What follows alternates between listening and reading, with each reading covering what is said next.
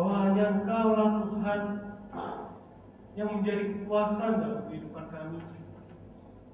Tuhan Yesus, tolong Kau mempersiapkan hati kami ya Tuhan, sebelum kami masuk dalam ibadah kudus ini.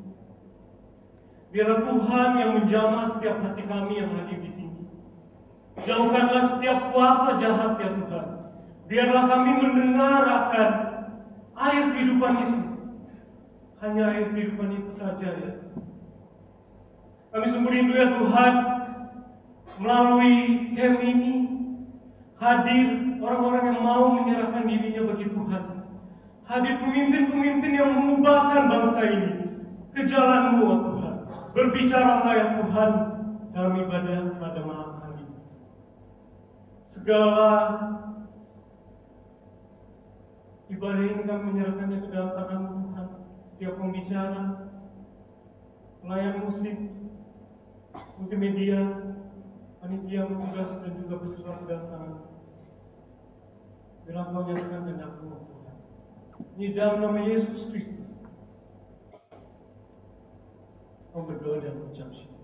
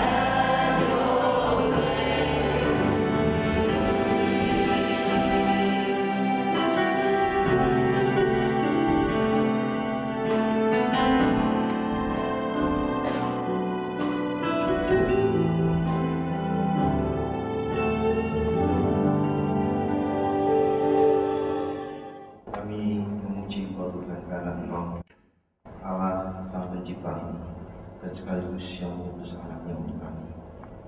Orang-orang yang tidak pantas dan tidak layak, tapi hanya karena segala kemurahan dan belas kasihan, kami boleh menerima, mengalami perjumpaan pribadi dengan Sang Pencipta dan Juru Selamat kami.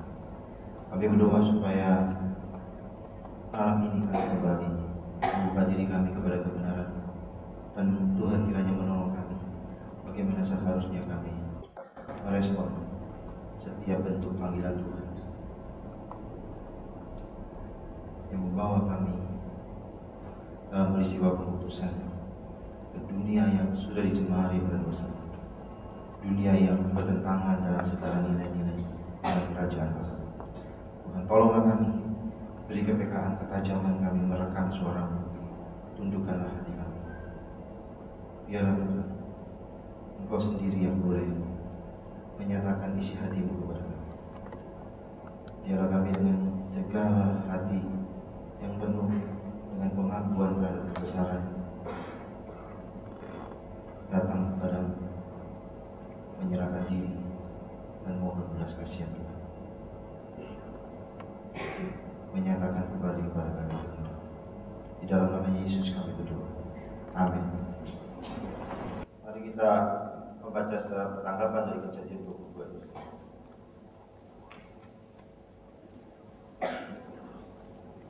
Saya bacakan ayat-ayat yang ganjil, saudara yang genap demikian seterusnya.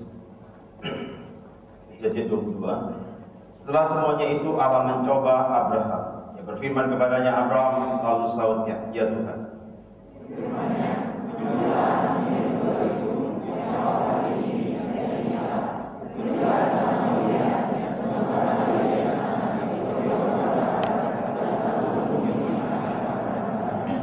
Keesokan harinya pagi-pagi bangunlah Abraham. Dia memasang celana kerjanya dan memanggil 2 orang bujangnya beserta Ishak, anaknya. Ia membelah juga kayu untuk korban bakaran itu. Lalu berangkatlah ia dan pergi ke tempat yang dikatakan Allah kepadanya.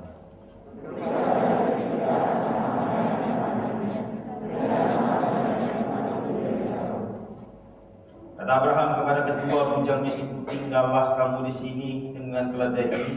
Aku beserta anak ini akan pergi ke sana. Kami akan sembahyang, sesudah itu kami kembali kepadamu.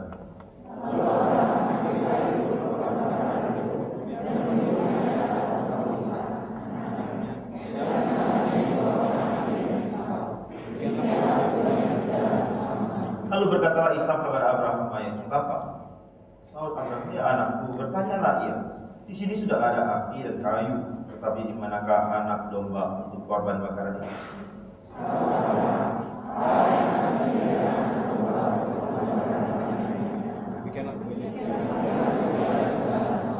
Sampailah mereka ke tempat yang dikatakan Allah kepadanya.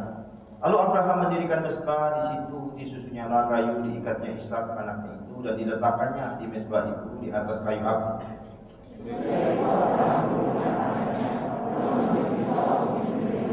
Tapi berserulah malaikat Tuhan dari langit kepadanya, Abraham, Abraham. Sautnya, ya Tuhan.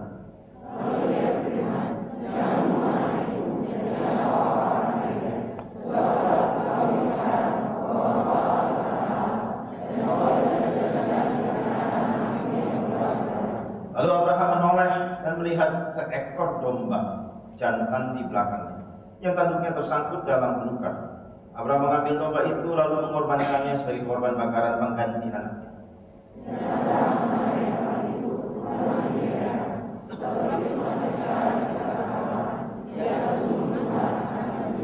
Untuk kedua kalinya berserulah malaikat Tuhan dari langit kepada Abraham.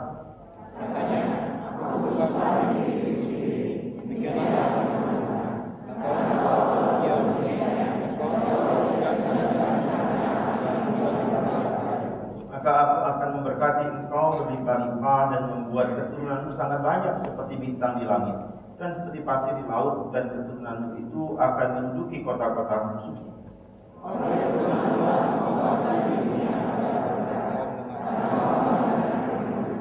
Kemudian kembalilah Abraham kepada kedua bujangnya dan mereka bersama-sama berangkat ke Beersheba, dan Abraham tinggal di Beersheba. Saudara, mari kita lihat di dalam konteks tema kita malam hari ini. Sengaja saya memilih tentang Abraham itu. Di usianya yang ke-75, saudara, Abraham itu terdaftar dalam sekolah iman. Ya, kalau kita lihat di dalam perjalanan, dia pertama kali langsung dipanggil oleh Tuhan.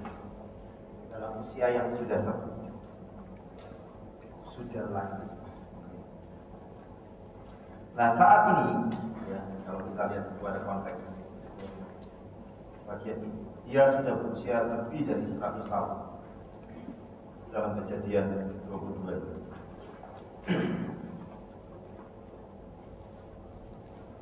Dan kita lihat dia masih punya jiwa yang sangat lentur, ya, untuk menikmati berbagai pengalaman yang baru.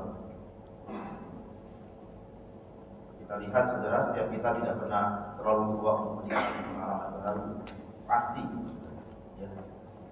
Ketika menghadapi tantangan yang baru, ya, berjuang dalam peperangan yang baru, ya, dan belajar kebenaran baru.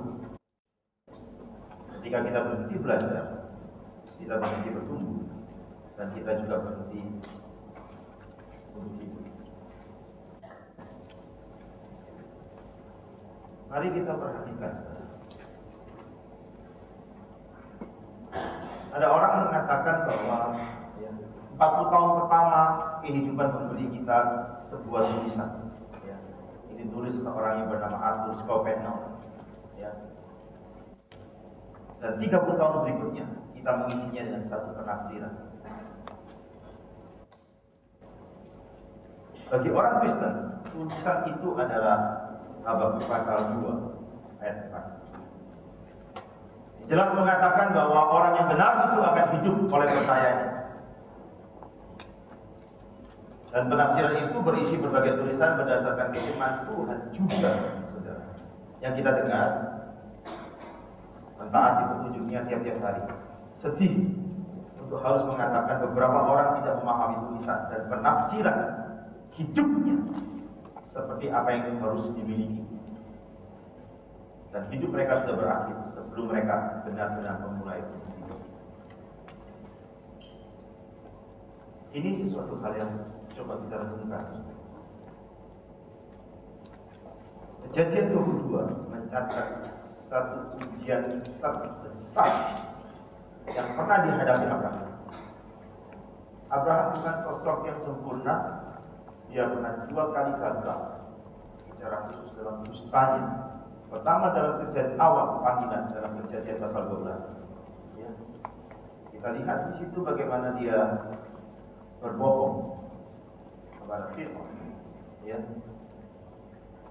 Ini pada waktu dia memasuki Mesir.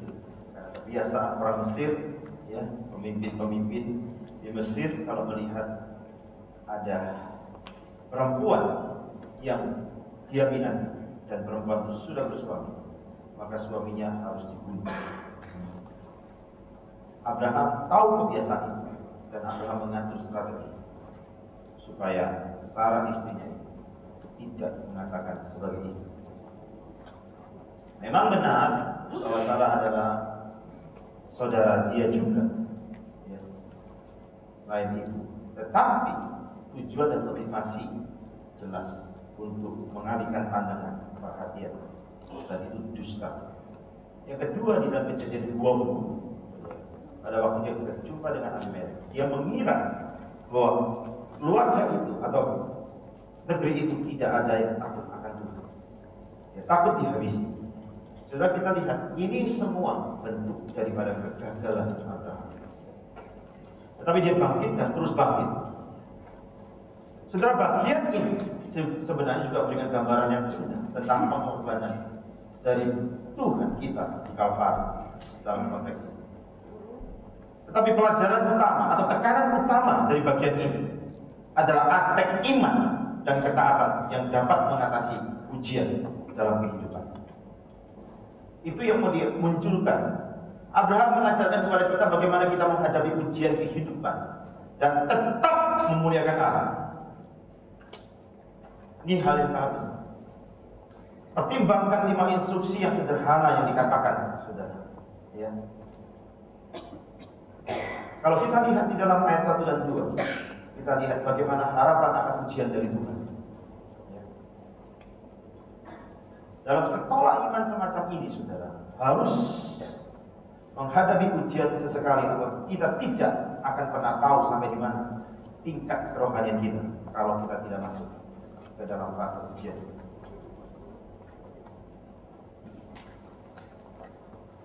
Abraham bisa melewati ujian di awal dengan baik, ya. Ketika dia mengalami ujian keluarga, ya, dan dia harus meninggalkan orang-orang yang dicintai dan melangkah keluar dengan iman pergi ke negeri yang baru. Di dalam konteks Kejadian pasal 11 pada waktu Tuhan memanggil dia keluar, dia tidak tahu harus kemana, tetapi dia tetap tahan. Kemudian dia mengalami ujian kelaparan, dan Abraham gagal karena meragukan Allah dan pergi ke Mesir untuk mengatasi kelaparannya. Ya. Kejadian 12 tersebut ayat 10, dan di situ dia gagal karena dia melakukan dosa. Setelah dia kembali ke Mesir, kita lihat Abraham lulus menghadapi ujian persekutuan ketika dia memberikan kesempatan lebih dahulu kepada Lot untuk memilih padang rumput yang akan mereka gunakan. Coba lihat fase-fase ini dalam Kejadian pasal 13 ayat 5 sampai 18. Dan dia juga lulus ujian peperangan ketika dia mengalahkan raja-raja dalam Kejadian pasal 14 ayat 1 sampai 16. Dan juga ujian keberuntungan ketika dia berani mengatakan tidak terhadap kekayaan Sodom dalam Kejadian pasal 14. Jadi Abraham melewati fase-fase hidup semacam ini, tetapi dia gagal dalam ujian kebapaan ketika Sarah tidak sabar menanti Allah dan menyarankan Abraham memiliki anak dengan Hagar dalam Kejadian pasal 16. Ketika tiba saatnya untuk mengirim Ismail pergi, Abraham lulus tes perpisahan meskipun hatinya hancur karena Tuhan minta perpisahan terus dilakukan. Saudara, tidak semua pengalaman yang sulit dalam hidup adalah ujian dari Allah. Tentu saja pengalaman pun bisa menjadi ujian atau godaan, tergantung bagaimana kita menghadapinya. Tetapi prinsip sangat jelas dalam Yakobus pasal 1 ayat 13 bahwa Tuhan tidak mencoba, Dia hanya menguji. Coba jelas dari sejarah. Saudara, kita lihat di dalam terang firman Tuhan ini, kita memang harus belajar membedakan antara ujian, ya, dan godaan. Kadang ada yang menyamakan makna pencobaan dan godaan. Ya, ada demikian. Godaan itu datang dari keinginan kita, ya, yang berasal dari dalam diri kita. Yakobus 1 ayat 12-16. Sedangkan ujian datang dari Tuhan yang memiliki, ya, yang memiliki tujuan khusus. Godaan digunakan oleh iblis untuk membawa kita keluar, ya, atau membawa keluar hal-hal terburuk di dalam daging kita, terekspresi, terlontar, baik sikap, kata, tindakan. Tetapi ujian digunakan oleh Roh Kudus untuk membawa keluar hal-hal yang terbaik dalam dirinya, karakternya akan muncul, buah rohnya akan muncul.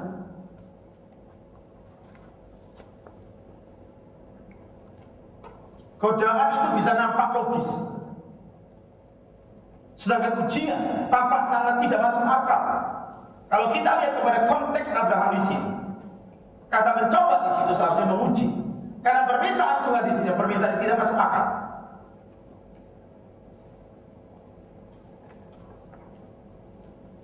Sudah kita lihat bahwa ini betul-betul ujian datang dari Tuhan. Saudara, pada zaman itu mengorbankan anak bagi dewa, ya, kalau kita lihat ada sesuatu yang umum, ya, di dalam semua agama-agama kafir pada zaman itu sesuatu yang umum, ya. Mulai zaman Musa, ya, hal seperti itu dilarang, sebelumnya tidak. Kalau kita lihat, juga kita lihat, saudara, sesuatu yang tidak masuk akal. Bukankah, saudara, Tuhan sendiri yang memberikan, ya, Ishak itu kepada Abraham? Sekarang Tuhan sendiri yang memintanya.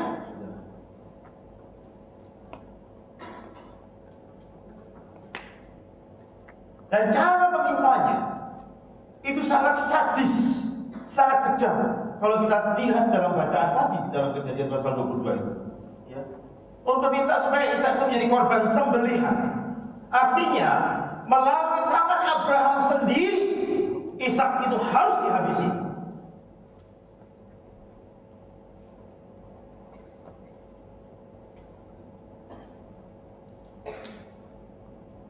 Saudara, mari kita perhatikan.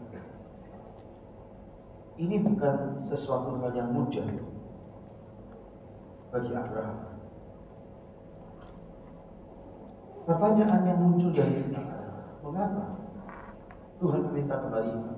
Dan cara untuk memintanya adalah cara yang begitu luar biasa, mengerikan. Kalau misalnya contoh dalam kasus Samuel,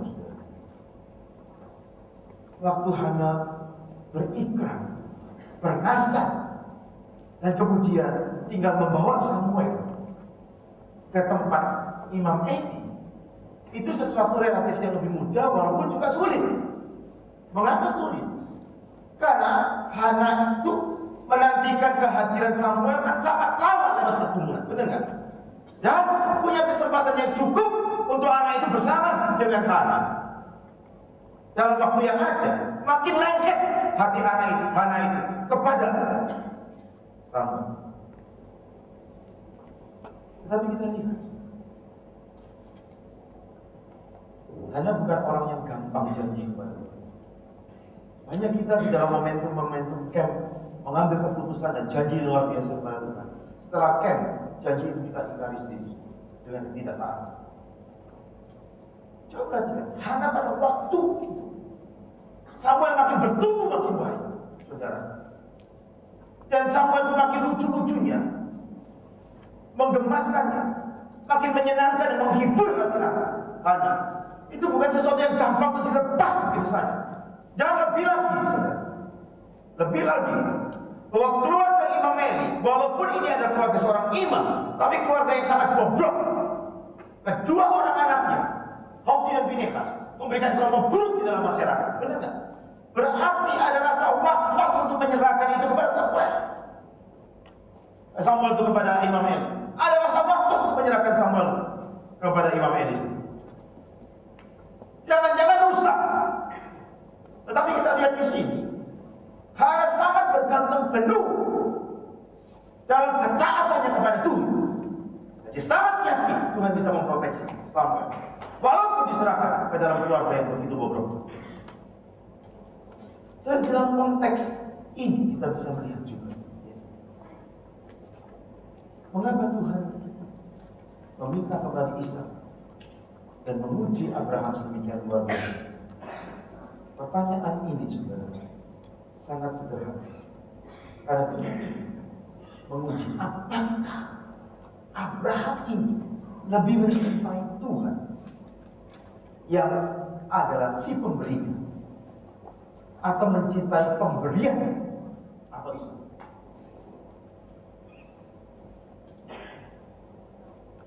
Kalau kita lihat di dalam konteks ini, Tuhan ingin, apakah Abraham itu hatinya berpusat kepada Tuhan pada waktu dia makin diberkati oleh Tuhan, atau dia tetap mengarahkan pandangan dan fokus hidupnya tetap kepada Tuhan, bukan kepada berkat.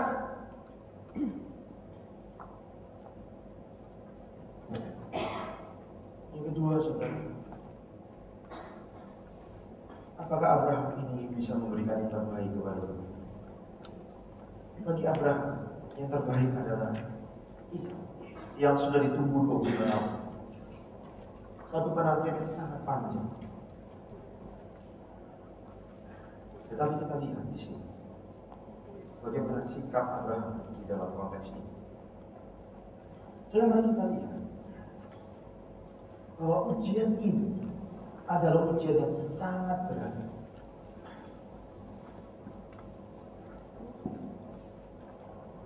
Ada ungkapan dari seorang psikiater yang sangat terkenal, saudara, M. Scott Peck, ya.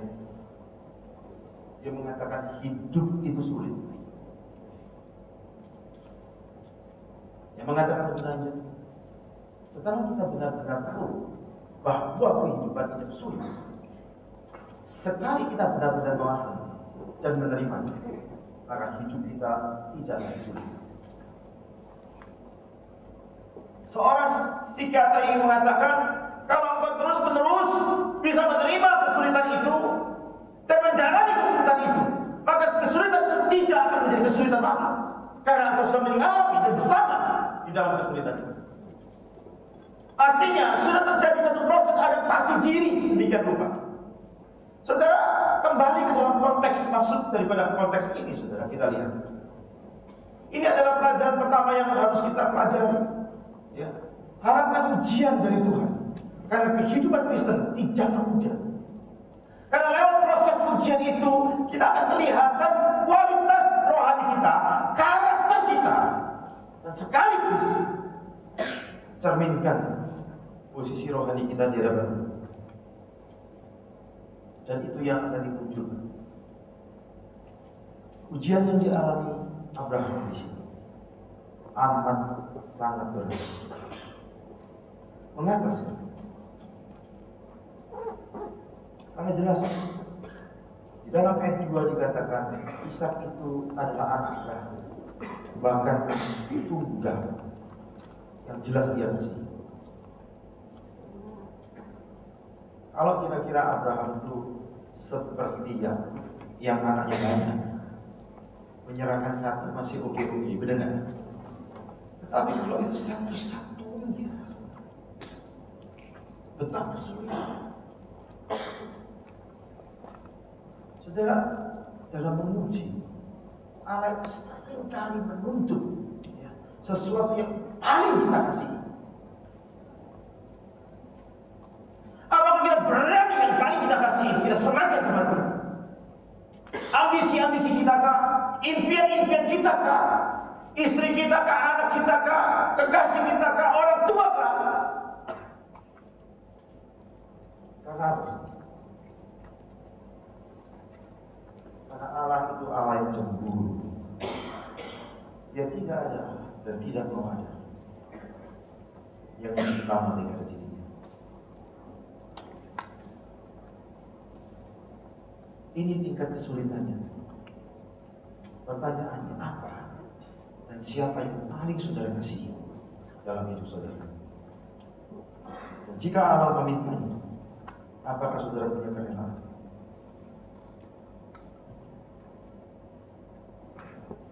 Kesulitan yang kedua, seperti yang saya katakan tadi, bahwa Ishak itu dalam jangka waktu yang cukup lama,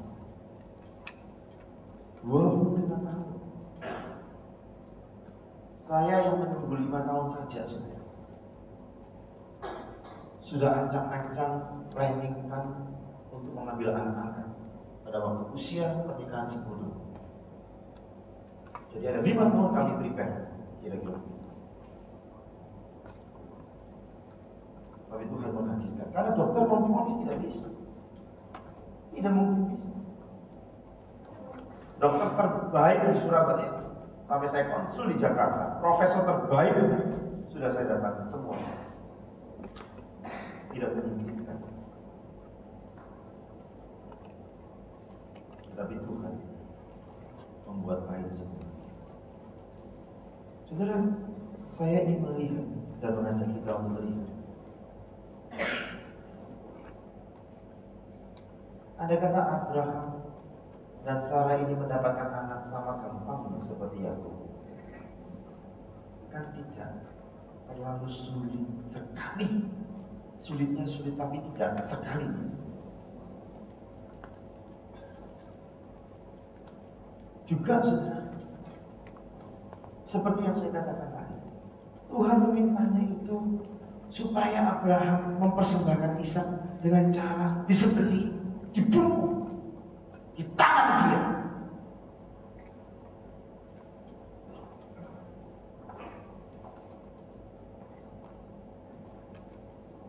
Karena Abraham sendiri yang harus menyembelih.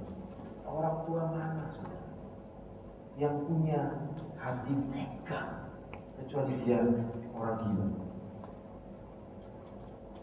menghabisi anaknya sendiri. Kita mendengar berita-berita bukan saudara, bagaimana orang tua menghabisi anak karena orang tuanya stres di dalam kondisi yang tidak normal. Tetapi orang di dalam kondisi yang sangat normal disuruh membunuh, dan yang dibunuh adalah anak kekasihnya tunggal satu-satunya. Ini sesuatu yang sangat sulit. Dan juga bukan hanya itu. Bagaimana caranya Abraham itu mempertanggungjawabkan peristiwa pembunuhan ini kepada istrinya Sarah? Bukankah Sarah bisa mengatakan, kamu gila? Kita nunggu sudah begitu lama dan tidak ada kemungkinan kembali. Hal semacam itu kau sendiri habis. Dia harus mempertanggungjawabkan itu kepada Sarah. Ini tingkat kesulitan yang bisa terjadi dan dialami oleh Abraham kalau dia melakukan tindakan semacam itu.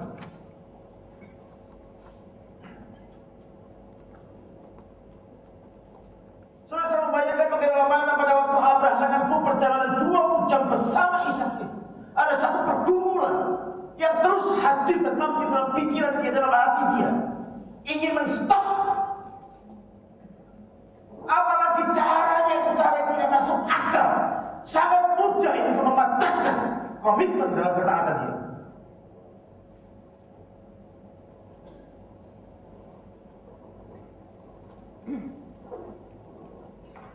Saya tidak tahu apakah Ishak itu sekecil Daniel. Mana Daniel? Daniel. Atau sekecil jin. Saudara merasakan tadi lebih semangat. Saya di sana bergetar. Aku tanggungnya roboh.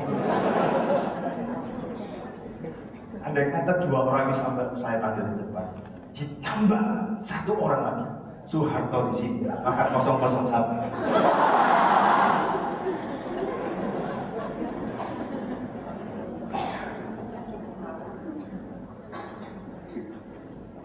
Saudara, saya ingin mengajak kembali kepada kita. Bagaimana pergumulan Abraham tidak gampang dalam hati.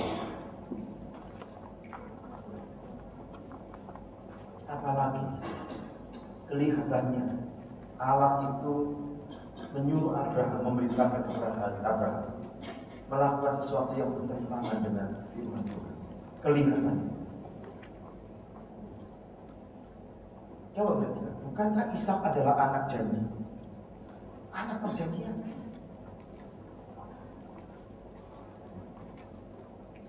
Dan bahwa Ishak akan menjadi bangsa yang besar.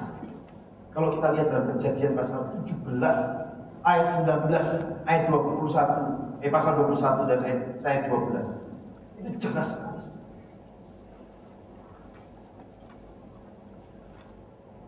Setelah kita lihat di sini, bagaimana sikap Abraham? Abraham fokus pada janji dan bukan kepada alasan-alasan yang ada. Perhatikan ayat 3 sampai 5.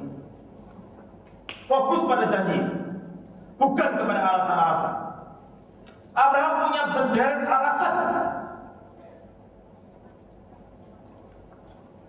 Iman kita tidak akan benar-benar diuji sampai Tuhan meminta kita untuk menanggung apa yang tampaknya tak tertahankan, tidak sanggup untuk kita topang, melakukan apa yang kita tidak masuk akal, dan mengharapkan apa yang tampak mustahil. Setelah kita yang mengharapkan game semacam ini, karena dari sini akan menghasilkan pemimpin besar, sesuatu hal yang sangat mustahil, betul nggak?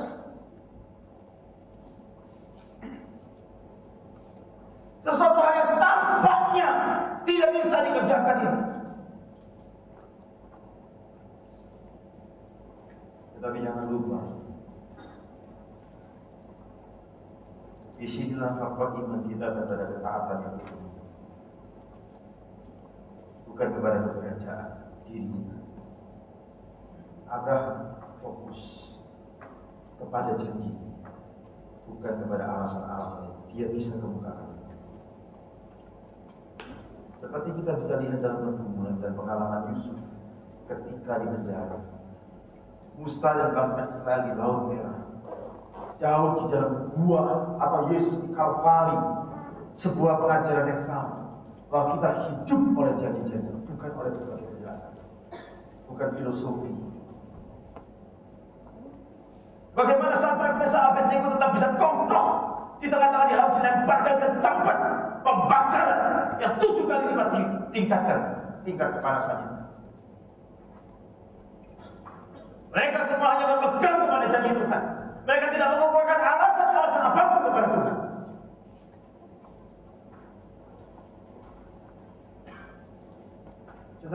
kita pikirkan dan bayangkan. Tanpa permintaan Allah yang tidak masuk akal itu, Ishak adalah anak satu-satunya Abraham dan menjadi tumpuan masa depan berdasarkan perjanjian Allah yang masih dimiliki Abraham. Ishak adalah anak mujizat karunia Allah kepada Abraham dan Sarah karena iman mereka. Juga Abraham dan Sarah sangat mengasihi Ishak dan telah membangun seluruh bangsa masa depan mereka. Perhatikan di sini. Ketika Tuhan meminta Abraham untuk mempersembahkan anaknya, ia menguji iman Abraham, menguji harapan Abraham dan kasihnya. Dan sepertinya Allah menghapuskan semua alasan Abraham dan Sarah untuk hidup. Impian terhadap Ishak yang sudah ada dalam pikiran Abraham dan Sarah sepertinya akan lenyap karena Tuhan meminta kembali.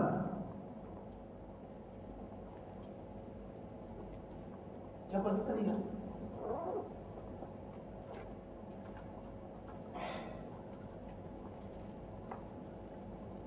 Ini sesuatu hal yang sungguh-sungguh sangat berat. Kita mungkin belum menghadapi ujian seberat ini. Ketika Allah mengirimkan satu ujian kepada kita, respon pertama kita biasanya bertanya mengapa Tuhan, dan kita bertanya kedua, mengapa saya? Kau bukan mengapa.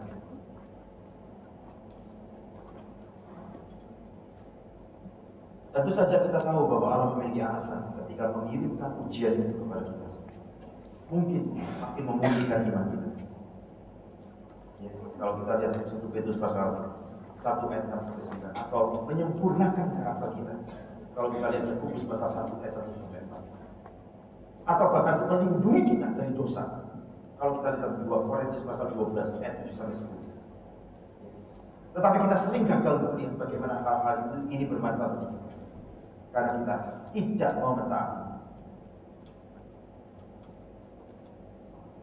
Fakta bahwa kita meminta Allah Bapa untuk memberikan penjelasan menunjukkan bahwa kita mungkin tidak mengenal diri kita sendiri seperti yang Tuhan mengenal kita. Kalau ujian yang Tuhan izinkan kepada kita, itu pasti punya maksud baik. Yang ada adalah ketaatan yang kedepankan.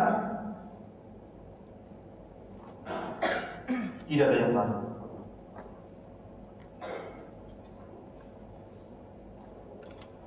Coba perhatikan Abraham mendengar firman Tuhan dan segera mentaati dengan iman. Perhatikan itu semua. Dia mengetahui bahwa Tuhan tidak akan pernah bertentangan dengan janji, sehingga ia memegang janji. Dia sangat yakin. Yang disebut keturunan ialah yang berasal dari Ishak. Itu sudah Perjanjian pasal 21 ayat 12. Kalau Tuhan sampai mengambil Ishak, maka kemungkinan itu tidak ada bangsa yang besar yang dinantikan. Tapi Tuhan tidak mungkin. Karena kalau begitu kan Tuhan menjadi Tuhan pembohong. Atau kemungkinan yang kedua, Tuhan bisa menghadirkan begitu banyak Ishak-Ishak lain. Kalau memang Abraham berani menyerahkan Ishak sepenuhnya.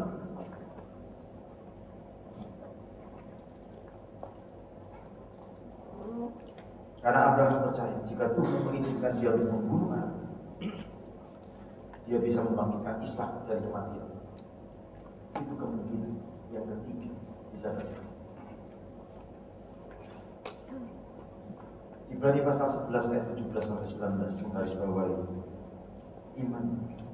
Iman tidak membutuhkan penjelasan. Iman didasarkan kepada janji dan perlu direspon dengan ketaatan. Iman itu berjalan bersama di dalam ketaatan. Kalau engkau katakan beriman tapi kau tidak pernah hidup di dalam ketaatan, itu omong kosong. Tidak mungkin. Orang yang beriman tercermin di dalam respon dia kepada Tuhan, kepada firman, yaitu selalu mengedepankan ketaatan.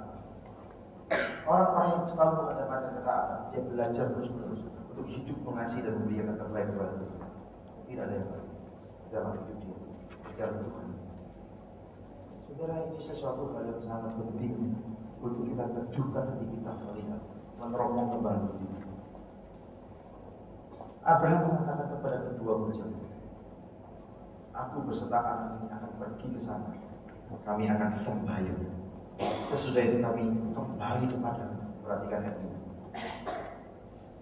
Karena dia sangat percaya kepada Tuhan, Abraham tidak menyebutkan bahwa dia akan kembali dan membawa jenazah Ishak. Tidak.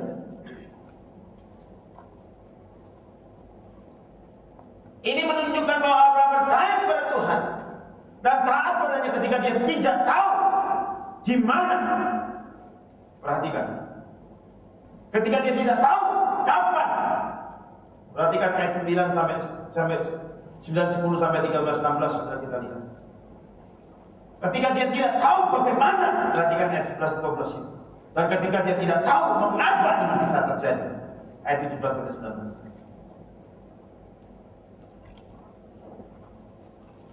Tetapi Abraham tetap menghadapkan ketaatan.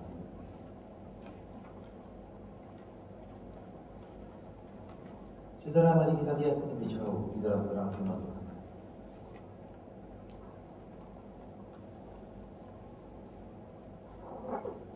Mari kita lihat bagaimana Abraham sangat yakin bahwa Tuhan akan memberikan sesuatu kepada dia. Jadi mengandalkan kepada pemberian Tuhan, bukan orang lain. Walaupun Tuhan bisa menggunakan orang lain, tetapi kepada Tuhanlah sebagai sumber. Itu menjadi pemikiran Abraham tertuju ke sana. Dua pernyataan merupakan satu penekanan dalam bagian ini juga. Ayat 6 sampai 4. Allah yang akan menyediakan anak domba untuk korban bakaran baginya besar sendiri, jadi Allah sendiri. Ayat 8. Dan kemudian ayat 14. Dan Jehovah Jireh, yang berarti Tuhan akan melihat ini dan Tuhan akan menyediakan. Dua hal ini juga menjadi satu keyakinan Abraham, menjadi iman Abraham di dalam hati. Ketika dia mendaki ke Gunung Moria dengan anaknya, Abraham yakin bahwa Allah akan memenuhi segala kebutuhannya. Perhatikan ini, kebutuhan itu akan dipenuhi oleh Tuhan. Apa yang menjadi andalan Abraham? Abraham tidak mengandalkan perasaan yang bisa berubah, bisa gonta-ganti. Karena pasti merasa sakit yang mengerikan saat dia berpikir akan membunuh si Ishak tersebut, akan menjadi korban bakaran. Mengerikan. Kalau dia terus berpikir besar, dia mengasihi anak satu-satunya, tetapi dia juga mengasihi Allah dan ingin mentaati. Abraham di dalam dua kondisi yang demikian. Dia sangat mengasihi Ishak, tapi dia tahu dia harus mengasihi Allah. Dua hal ini ada pada waktu Tuhan meminta salah satu. Ini menantang ketaatannya, menantang imannya, menantang pengharapannya. Apa akan ditujukan kepada si Ishak itu harapannya, atau kepada Tuhan yang memberikan si Ishak itu? Saudara, sesuatu hal yang sangat menarik di sini. Kalau kita lihat tadi sebelumnya, bahwa Abraham di dalam ayat 3 dia sungguh taat. Dan itu terbukti pada waktu di dalam perjalanan yang cukup panjang, beberapa hari. Ya, kemudian di tempat itu masih 20 jam non-stop lagi. Dia tidak maju mundur, tetapi dia sangat konsisten. Ini menunjukkan ketaatan, mengedepankan iman di dalam konteks ini.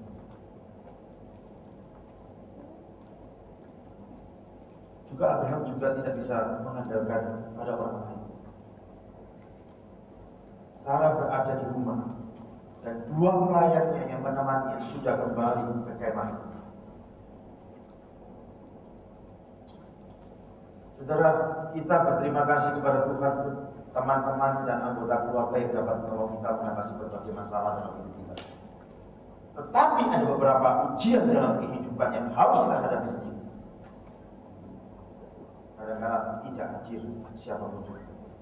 Hanya ketika kita sudah sampai di akhir perjalanan masalah, kita dapat melihat bahwa Bapa kita benar-benar Bapa yang setia dan melakukan semua hal untuk kebaikan kita. Ada saat-saat Tuhan menolong kita melalui orang lain, tetapi ada saat-saat di mana kita harus sendirian dan berhadapan langsung dengan Tuhan. Ini menjadi sesuatu hal yang sangat serius. Coba perhatikan. Betul-betul Abraham itu mengandalkan kepada Tuhan. Betul-betul Abraham itu mengedepankan ketaatannya. Di dalam ayat 5 kita lihat perkataan dia kepada para bujangnya, tinggal kamu di sini, biarkan aku bersama istri.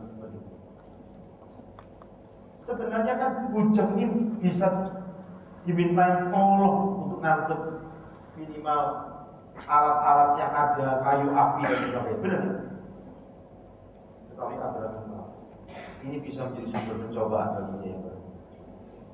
Kalau bujangnya ikut, dan ada kata ini misalnya gubuk ini. Siapa yang menjadi Ishak? Ingin dipersembahkan di tangan. Kemudian saudara, Abraham ini mengacungkan pisau itu untuk menyembelih. Saya tidak tahu apakah langsung dia mengatakan di dalam nama Bapa, Anak, dan Roh Kudus.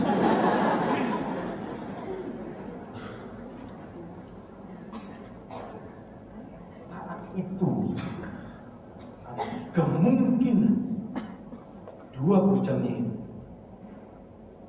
tidak tega dan menahan tangan menghalangi ketaatan Abraham. Betul? Ada kemungkinan itu. Kemungkinan itu. Dan Abraham tidak menyediakan kesempatan sedikit pun ketaatannya untuk dihalangi. Itu sangat mungkin bujang itu bisa menghalangi ketaatannya. Dia tinggalkan di bawah. Dia ingin betul-betul mentaat kepada Tuhan. Kalau Abraham memang motivasinya dan tujuannya adalah tidak punya keseriusan mempersembahkan Ishak, bujangnya diajak, benar? Atau nanti dia membuat satu drama yang mengerikan sebelum terjadi sungguh-sungguh, supaya menunjukkan belas kasihan dari bujang itu, benar? Kemudian bujang itu langsung menahan dia, dan dia bisa punya alasan sama Tuhan, dari Tuhan, bukan aku. Aku mau, tapi bujangku yang tidak tega, benar nggak? Abraham menyingkirkan penghalang-penghalang yang bisa menghalangi ketaatan dia kepada kita. Kalau kita diuji Tuhan, mungkin saja kita bukan membawa 20 jam dengan berjuang supaya ada kesempatan terhalangi ketaatan kita dengan kesengajaan, karena kita tidak punya keseriusan untuk taat. Abraham justru melihat ada bagian-bagian di mana ketaatan dia akan terhalang. Dia singkirkan itu. Dia tidak ingin mengkondisikan sesuatu yang bisa menghambat ketaatannya untuk merespon panggilan ini di dalam memberikan persembahan yang terbaik kepada Tuhan. Di dalam hal ini, komitmen Abraham, totalitas Abraham untuk memberi yang terbaik kepada Tuhan. Yang kedua, untuk mengutamakan Tuhan di atas semuanya. Dan Abraham lolos dari dua ujian besar, memberikan yang terbaik kepada Tuhan dan Tuhan yang dia utamakan di atas semuanya. Apa yang terbaik yang saudara miliki?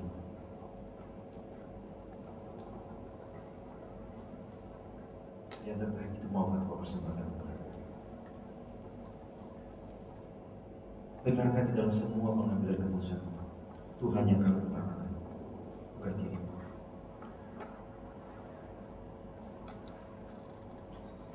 Maukah kita mati terhadap diri kita, ambisi kita, dan kita mengutamakan Tuhan dalam segala hal? Ini sesuatu yang sangat penting.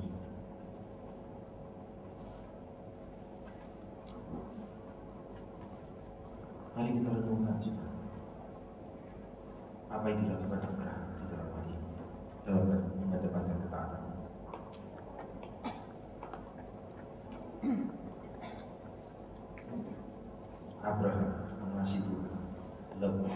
bagi semua. Pada waktu dia melakukan tindakan itu, ayat 9 dan 10, dengan kesungguhan hati, bukan pura-pura. Ya, 1, 2, 3 dalam hati. Kok nggak ada suara Tuhan gitu? Nah gitu. Betul-betul menunjukkan kesungguhan sampai Tuhan saya mencegah. Karena Tuhan melihat hatinya. Kalau Abraham bukan orang yang suka berpura-pura, tapi Abraham adalah orang yang punya kesungguhan, keseriusan di hadapan Tuhan. Dia tidak main. Dia memberikan terbaik. Ada satu cerita saudara dalam kebiasaan di India. Saudara, orang-orang Hindu di India itu punya kebiasaan bahwa di dalam hari-hari upacara keagamaan mereka tertentu, mereka itu biasanya membawa persembahan anak ke sungai Gangga. Ada seorang ibu membawa 2 anak. Yang satu cacat, dia harus gendong, lumpuh, buta. Yang satu gagah, lucu, imun, kira-kira begitu. Ya. Dan dia pergi. Di dalam perjalanan seorang misionari mengetahui hal itu, mencoba mencegah. Tetapi ibu itu tetap melangkahkan. Saya tahu apa yang terjadi. Kemudian ini ibu setelah melakukan persembahan itu anak ibu, dia kembali. Pada waktu dia kembali, si misionaris sudah tanya, "Loh, mana anaknya Jaka?" "Aku sudah persembahkan." "Loh, kalaupun kamu harus mempersembahkan, bukankah yang kamu gendong ini yang sudah membebani kamu, memberatkan kamu?" Si ibu itu menjawab, "Allah macam apakah yang kau miliki, yang mau memberikan dan yang mau menerima persembahan yang justru dulu dan bukan yang terbaik dari umatnya?" Ibu ini berani memberikan yang terbaik untuk ilahnya, untuk ilahnya. Dia berani memberikan yang terbaik. Apalagi kita yang punya Tuhan betul-betul menciptakan manusia kita. Masa kita ingin memberikan asal-asalan kepada Tuhan? Waktu kita asal-asalan, tenaga kita asal-asalan, pikiran kita asal-asalan, tidak sangat serius, bukan yang terbaik. Rapat-rapat PMK, rapat-rapat ada di tengah-tengah kelelahan kita, tidak waktu-waktu yang terbaik. Kita tidak mempersiapkan dengan baik. Kita tidak ingin persembahkan yang terbaik. Nyanyi kita bisa semangat, tetapi kita akan punya semangat untuk yang terbaik kepada Tuhan.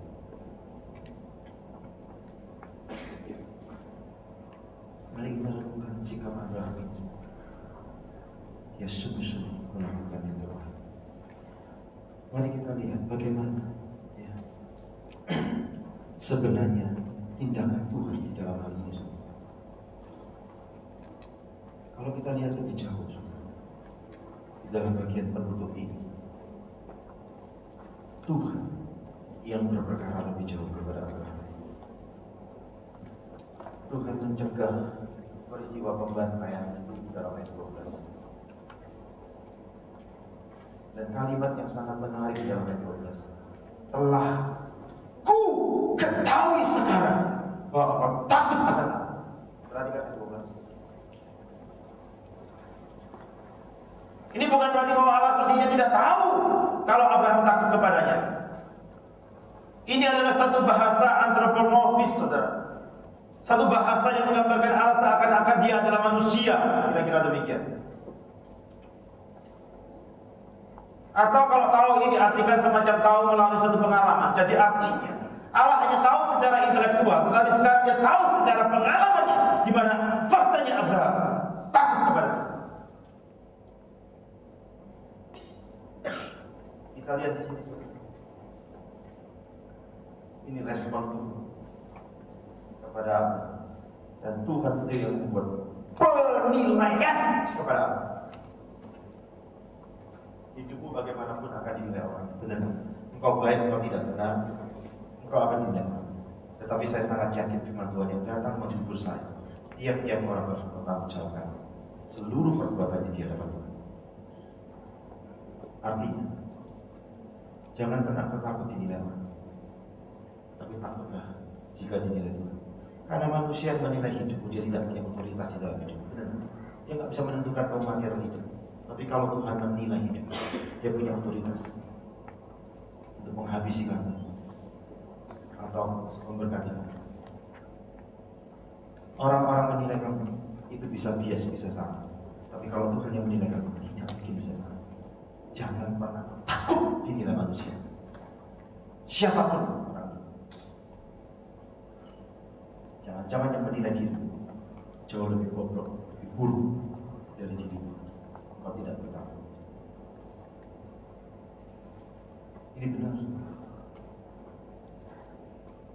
Saya tidak pernah takut ditinggalkan manusia, para donatur, rekan kerja dan sebagainya. Saya takut kalau Tuhan meninggalkan hidup saya dan meninggalkan pelayan. Itu jauh lebih mengerikan. Karena saya tidak pernah belajar bersandar kepada manusia. Sampai hari ini belajar bersandar dan mengandalkan Tuhan saja. Itu sesuatu hal yang sulit, tetapi itu yang memberikan kelegaan dalam setiap langkah perhubungan yang ada. Belajar untuk memberi yang terbaik dan selalu mengutamakan Tuhan. Tuhan sendiri akan memberikan penilaian kepada kita. Perhatikan juga apa yang dialami oleh Abraham di dalam bagian satu peristiwa besar. Tapi Abraham menunjukkan komitmennya, menunjukkan totalitasnya untuk mau semua ini dalam rangka mengerjakan misi Allah dalam keselamatan dunia. Coba pikirkan juga, Abraham belajar dari kegagalan masa lalu. Dia bukan manusia yang sempurna, tapi dalam tiap-tiap kegagalannya, dia melihat ada koreksi Tuhan. Dalam tiap-tiap kegagalan, dia berjumpa dalam komitmen kepada Tuhan yang akhirnya dia wujudkan dalam totalitas komitmennya untuk memberi yang terbaik dan yang mengutamakan Tuhan. Peristiwa perjanjian yang kedua adalah peristiwa yang sangat penting sebagai satu tipe dari Kristus yang diberikan Bapa kepada kita, yang terbaik yang diberikan kepada kita, supaya kita orang yang berdosa yang diselamatkan.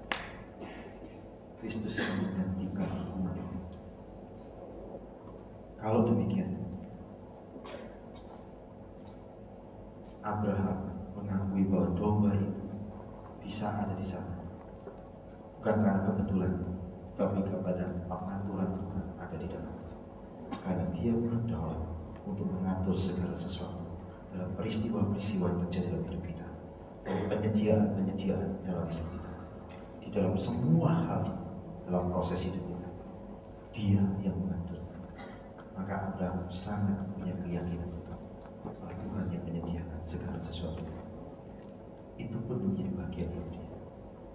Imannya kepada Tuhan, pengenalannya kepada Tuhan, dia sangat yakin betul bahwa Tuhan adalah setia kepada janji.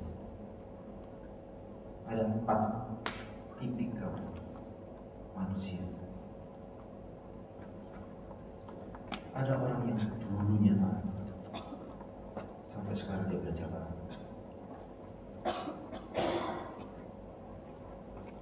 Yang kedua, ada orang yang dulunya taat, berkobar luar biasa, sekarang sudah tidak taat, tidak setia. Orang yang dulunya tidak setia, sekarang belajar setia dan belajar taat. Yang ketiga, yang keempat, orang yang dulunya tidak taat, tidak setia, sampai sekarang tidak taat, tidak setia. Di antara kita pasti ada di dalam 4 kemungkinan. Saya tidak tahu engkau kemungkinan yang mana, tetapi engkau pasti ada di dalam kemungkinan. dulu setia, dan sekarang, dan sampai akhir, dan seterusnya bakal belajar setia. Engkau dulu tidak setia.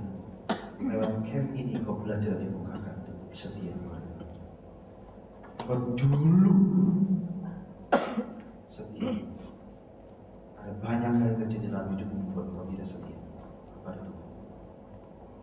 Atau memang dari dulu kau tidak setia, sampai sekarang pun tidak setia. Mana yang ada dan cermin dari hidup? Mari kita masuk di dalam doa.